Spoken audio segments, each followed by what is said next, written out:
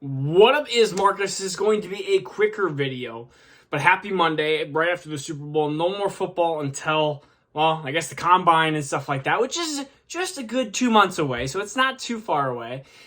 We are going to be talking about one of the most important questions to ask yourself, and of course you're the owner of your Dynasty team. So one of the biggest questions is you are going to be in one of three positions this offseason, and it is very important to make sure that you understand which one of these three positions you are in and what moves to make to better yourself in this position. The first position is I wouldn't say a great position, it is the rebuilding position. It is the tear everything down. I want draft picks. In fact, if you are in that rebuilding position, I am trying to acquire draft picks right now, because the closer you get to the actual NFL draft, when you start seeing landing spots of these players, it is going to be harder and harder to get some of these picks. You're going to have somebody at 110 going, maybe I'm at a tier break, but maybe somebody can be added in the tier before me, and now I'm in a tier that is actually pretty decent. Even at the actual draft time, I can find it very difficult a couple players start falling. It's hard to draft and get into those positions. So rebuilding, it's an easy position to be in. Easy as in the sense is you have one mode. You're not really acquiring players. You're not really flipping players per se. You are acquiring draft picks. You are selling off anything that is old or anything that is super high value. Running backs are going to be very fluctuant on your roster. That is the first position that needs to go. Especially anybody that is even 24, 25 at the peak of their careers. I watched a team sell Jonathan Taylor last year for a king's ransom because they didn't have any other pieces, any other pillars to go with it, and they sold, and now you have Bijan and potentially Breece Hall outdoing or out positioning themselves from JT. And so any player is sellable on a rebuilding team. You're looking for longer term aspects or prospects. You're looking for players that are going to give you 2-3 years, the positions of quarterback and wide receiver, and then filling in that running back position when you're getting closer to that contention mode. So rebuilding, easy. You are selling players for picks. It's the easiest one. The third one's going to be the hardest, but the second one is going to be contender. Is literally the opposite. It's why you have the buy and sell of stocks, the buy and sell of players. You're going to have teams that are in contention mode selling picks for players. I already had a couple questions on would you make this trade? And I was like, well, it's a close trade, but what is the point of your team? Or why are you selling a really good wide receiver for a really good pick when you need that wide receiver for a contending team since you are a top 3 team? Now I always say top 3. You're top 25% in your roster, in your league. And I want you to be very honest with yourself. Are you a top 3 team? If there are 6 really good teams, then maybe you're not a top 3 team. You have to look at yourself. You have to look at your team and say, am I a serious contender? And do I have the depth? Or what is my weakness? If you look at my roster, hey, I only have 2 really good running backs. Maybe you have Saquon and you have Breece Hall. Well, what happens if Breece Hall doesn't come back from injury right away? Or what happens if one of those running backs gets re-injured or re-hurt?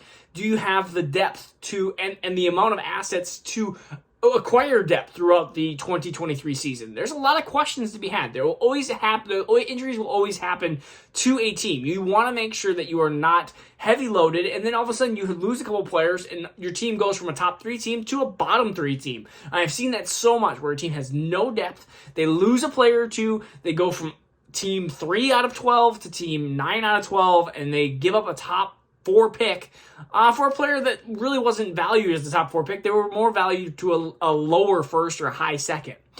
Which gives me to the third team, which is where a lot of people are. They're not, if you're in contention mode, if you're in rebuilding mode, it's easy. You're buying or you're selling. But the question usually lies, am I reloading? A reloading team is a younger team. A lot of us like these types of teams because they're close.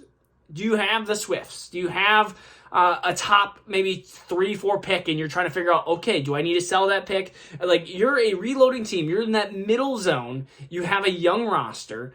And maybe you even have a sprinkled of a couple veterans. And really, you're the team that is going to be trying to knock into the top 3. Or you're going to be a team that is just going to continue to keep acquiring picks. And maybe you're another year or 2 out. And you're going to be a very strong rebuild team in the next 12 months. So you have to figure out where you're going to be. It's one of my favorite positions to be at, honestly, because I feel like I can be almost more patient in these positions is being in a reload, because I'm not super worried. Like, my team will be young, 23, 24. Like, if I have a team that has Breece Hall and DeAndre Swift and Dak, who's a young, he's not 35 or anything like that. And then my wide receivers, it's like I have like a Garrett Wilson, and then my tight end is young as well. I have TJ Hawkinson. So like I have, or my other wide receivers, Devontae Smith. So it's like that type of roster. Is it a contending roster? Well, yeah, I don't have much depth through there, but I'm a reloading roster. I'm a roster that if everything starts to go right, I can make a move or two and be a top 2-3 team very quickly. And so, or there's another team that I have that just doesn't have the pieces. So really, it's like, yeah, players are available for the right price, because I only have 2-3 solid pillars. And in a super flex league, I have that. I have 2 solid quarterbacks. I have 2 young quarterbacks. I have Joe Burrow and Josh Allen, which is amazing, but I have nothing to go with it. I have no running backs and no wide receivers enough. So like, I mean, I have like J.K. Dobbins, which we're hoping for. I have wide receivers that haven't panned out totally yet. I have like a Rashad Bateman. I have Jalen Waddle, which is a really good pillar, I guess you could say too. But like, besides that, I don't have much, especially at the tight end position. I mean, I have Evan Ingram, which is not a great starting tight end. So again, if teams are coming after that, it's like, yeah, I have really good top heavy 2023 picks. So I'm okay with being okay. Well, 2023 might not be my year, but if I play it right and teams get desperate, I can play for 2024 and be potentially the top team if I acquire enough picks, enough capital over the next 12 months. So again, figure out what your team is going to do. Top 3, you're contending. Bottom 3, 4, I mean, you're in rebuild. And some teams already have been doing that over the last 12 months. And then in the middle, a lot of times you're either in reloading or you're on your way down to a rebuild. So really, reloading means you're on your way to be a contender, or you're on your way to being a rebuild. You never want to be in the middle, and that is the biggest key. You never want to be just number 6 over 12. Like, that doesn't do you any good. A lot of times you miss out on high elite prospects like Bijan, Jahmyr Gibbs, Jonathan Taylor, DeAndre Swift, CeeDee Lamb. Like, yes, you might have a hit. You might get a hit. But like even Jamar Chase, like, you're missing out on these prospects. And likely you're getting these second-tier prospects, which sometimes hit, sometimes don't. You get the Jalen Waddles, you get the Justin Jeffersons, sometimes you get the Jalen Reagors, the Henry Ruggs, and the Jerry Judys, which hasn't hit, I would say, so far. So again, figure out where you're at. That is going to be one of the biggest keys here to start you off after the Super Bowl Sunday here. And by the way, if you are a contender and have a pick, wait till the NFL draft. They're going to be worth a little bit more already then, unless you get a screaming deal. So, all right, peace out, take care. We'll see you soon.